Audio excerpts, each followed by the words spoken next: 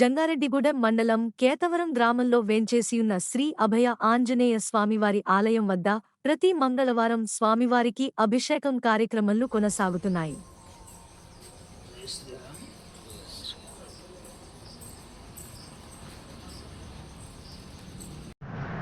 జై శ్రీరామ్. మాది జంగారెడ్డిగూడెం మండలం కేతవరం గ్రామం.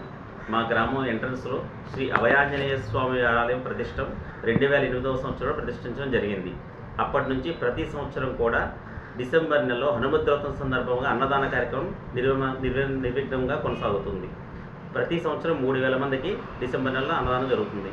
ఈ కార్యక్రమంతో ఎంతోమంది భక్తులు తమకు తోచిన విధంగా విరాళం అందజేస్తున్నారు.